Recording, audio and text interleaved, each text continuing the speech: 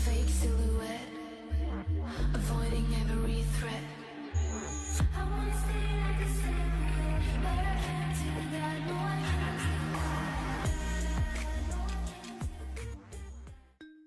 Hey internet friends, as we continue to chronicle the strange happenings of 2020 on this channel, between riots and coughs, a rather curious case has emerged, and no, we're not talking about the fake alien invasion, which is certainly scheduled for later this year.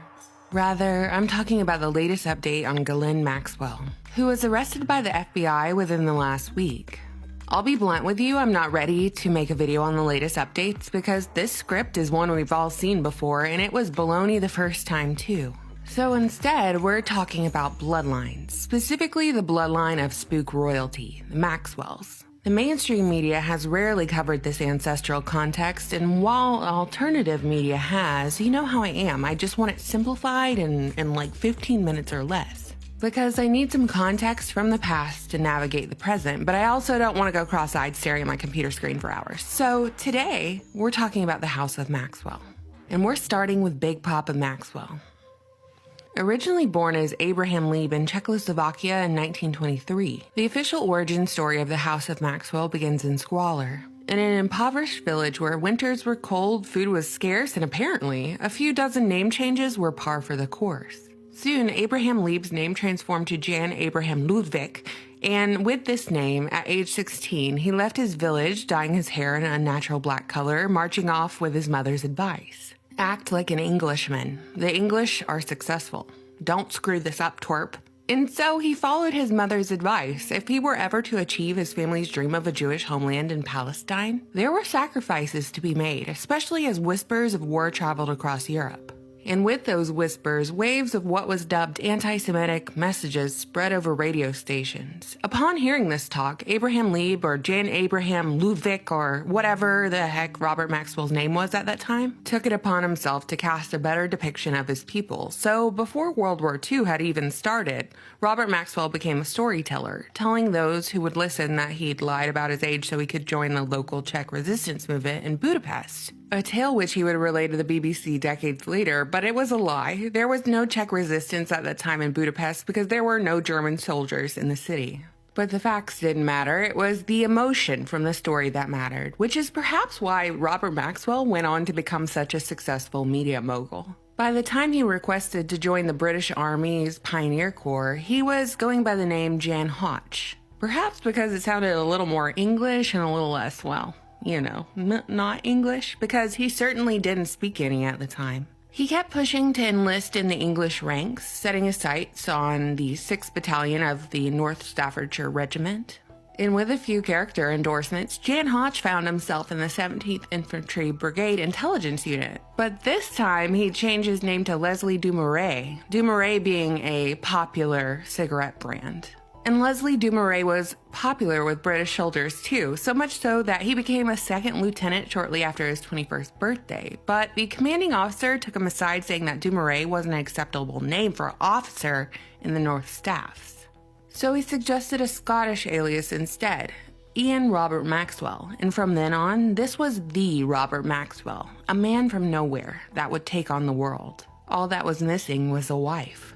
Maxwell no longer had to brag about battles he'd never fought. He was seeing plenty of action in 1944 when he arrived in the newly liberated Paris for a few days of rest and relaxation, where an arranged pairing between Allied servicemen and Parisians was orchestrated by the Paris Welcome Committee. And among the eager ladies was a woman named Elizabeth Maynard, the underfed and frail 23-year-old daughter of a silk merchant with a Protestant middle-class background, who was immediately taken by Maxwell's presence.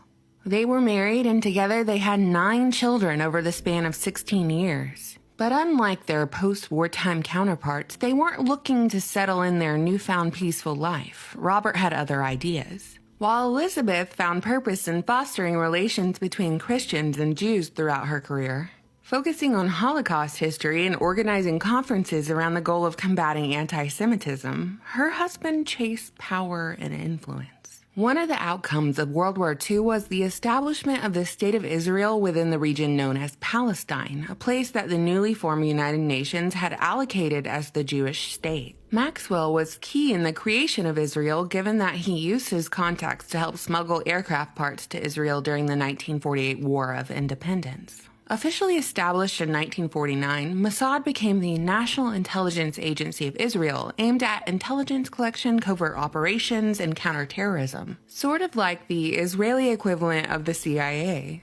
It's assumed that shortly after the establishment of the State of Israel and Maxwell's rise to power, that Maxwell was recruited by Mossad. In 1964, with Maxwell representing the left-leaning Socialist Labor Party, he was elected as a member of parliament for Buckingham and re-elected in 1966. After his government run, Maxwell had used his contacts in the Allied occupation to build his business empire, becoming a distributor for a scientific book company and then eventually buying a controlling stake in a publisher by the name of Butterworth Springer, whose name was changed to Pergamon Press and then catapulted to prolific greatness. Pergamon, which would have been located in modern-day Turkey, was an ancient Greek city known for its altar, the Pergamon altar, also known as the seat of Satan, that was brought over to Berlin in 1930. I thought that was an interesting aside, but moving right along, not only did Israeli intelligence take an interest in Maxwell's publishing companies, specifically the scientific journals he published, but the KGB also took notice, as did MI6. Intelligence agencies of every country did deal in one thing after all: information, the flow and collection of it. As electronic communications became more refined over the decades, a software called Promise software was developed for the specific purpose of monitoring and managing federal government databases and was bankrolled by the U.S. Department of Justice. It was licensed under the condition that the U.S. did not modify or distribute the software. Well, that promise didn't last long because, as the story goes, it was realized that the program had more capabilities than the original intended use, which was to monitor court cases. But someone figured out if they sold the software to banks, the program could actually electronically spy on folks in real time, specifically monitoring the flow of money. Under the guise of protecting U.S. national interests, U.S. intelligence took the program to an Indian reservation, and the program was altered to create a backdoor to allow government spying. As the story goes, Israel wanted to buy the software but couldn't afford it, so they stole it and became a vendor for the software. Well, guess who had access to Promise and the backdoor? You guessed it, Robert Maxwell. One of Promise's stories was that it was sold to Middle Eastern arms dealers and even allegedly used by Osama bin Laden to obtain intel on the U.S. that led to the attacks of 9/11, if you believe that official story. In 1984, Maxwell acquired Mirror Group newspapers, which included the Daily Mirror. And pretty much everyone who worked at Mirror Group said Robert Maxwell was a crook and a liar. To say that this guy was a media mogul at this point would be an understatement. He had his hands in everything. MTV, New York Daily News, Macmillan Publishers, Nimbus Records, European newspapers, tabloids, and even a home computer company. So when I look at this guy, I see someone who is firstly privy to the latest information and he collects it, and two, he's a guy who is uniquely able to control the flow of information to the public. Whether that be through educational texts, gossip columns, or even biographies about world leaders. It's a perfect job for an operative, a perfect job for a spy. All that's missing are sharks with laser beams. In 1991, Maxwell died a mysterious death off the Canary Islands, where his naked body was found floating off his yacht, named the Lady Ghislane after his daughter. There is much debate over the cause of his death, whether it was a result of a heart attack, suicide, or hit job. Either way, he had a lavish funeral in Israel, and the Israeli Prime Minister eulogized him, saying that Maxwell had done more for Israel than can today be said. It's debated whether Maxwell was Mossad or Israeli military intelligence, and where his actual loyalty rested, as the billionaire publisher was rumored to have spoken 8 languages fluently and was an asset for MI6, KGB, and Mossad. It appears his main loyalty was to Israel, but when you behave the way Maxwell did, I wonder if your only loyalty is really to yourself. It later came out that Maxwell was responsible for stealing £460 million from the Mirror Group pension fund, amounting to about $1.1 billion to finance his operations and his lifestyle.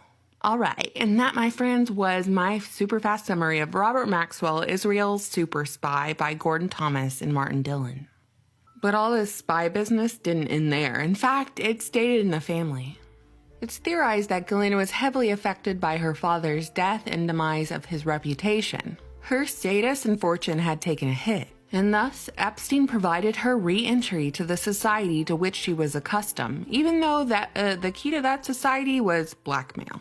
I, however, suspect she was much less prey and altogether more predator, being spook family royalty and all. Ghislane's twin sisters, Christine and Isabel, were apparently internet pioneers who founded Magellan Web Search Service.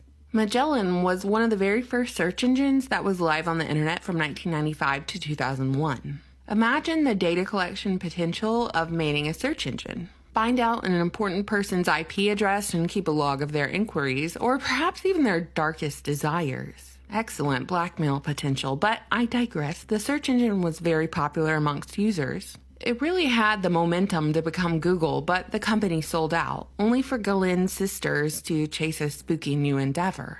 Christine founded Gilead, which is a data analytics company who managed to obtain big-time government contracts, ranging from the FBI, CIA, and the software was likely even preloaded onto HP servers going back to the early 2000s. The firm's software was behind the data search technology used by the FBI's counterterrorism data warehouse. And the company's advisory board includes Alan Wade, former CIO of the CIA.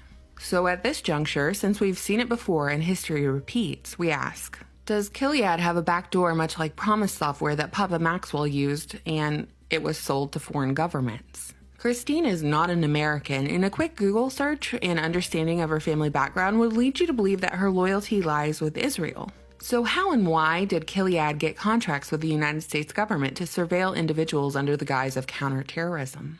The line of questioning becomes even more damning when we factor in Our Lady of the Hour, Ghislane Maxwell, and the accusations of running a sexual blackmail operation with the abuse of underage victims, then turning around to weaponize that abuse to blackmail individuals for, presumably, political gain, as she's been accused numerous times of being a Mossad operative. Seriously, the continuous thread here is Mossad, so what do you Mossad people want? Can you just come out with your list of demands already and get it over with? What are normal people supposed to do with the idea that some of the most powerful people in the world, the people who run their governments, their media, whatever, people with access to the nuclear codes, are controlled by sexual blackmail with minors? And am I really supposed to buy this whole story about Ghislane Maxwell being arrested by the FBI with no footage of the arrest, no mugshot, no nothing? It took a long time to arrest her. Did this time afford her enough space to delete or move or whatever blackmail or evidence she had on others? Now we have reports that she's on suicide watch in a New York jail rife with COVID. So how's this exit strategy gonna go? The way of Epstein? By suicide or by plague? And is any of it real? How convenient is it that the Maxwell sisters are pioneers of the modern internet, completely intertwined with U.S. intelligence agencies? I would define myself as a slightly optimistic realist, so as much as I want to ride the hype wave that justice is around the corner, I feel like we're getting a bit hoodwinked here. A family of foreign spies who've influenced United States policy, intelligence agencies, news media, and even the internet?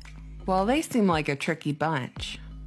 What do you think, internet friends? You know I always look forward to your comments. Thank you so much for watching, subscribing, and supporting me on Patreon. Bye!